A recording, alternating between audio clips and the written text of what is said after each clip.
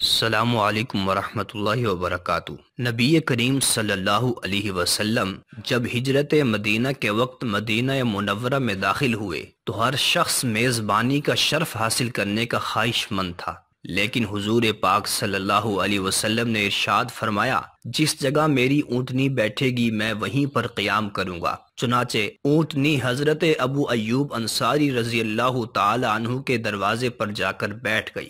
اس طرح نبی پاک صلی اللہ علیہ وسلم نے حضرت ابو ایوب انصاری رضی اللہ تعالی عنہ کے گھر پر قیام فرمایا، اور یہ قیام 7 ماہ تک جاری رہا۔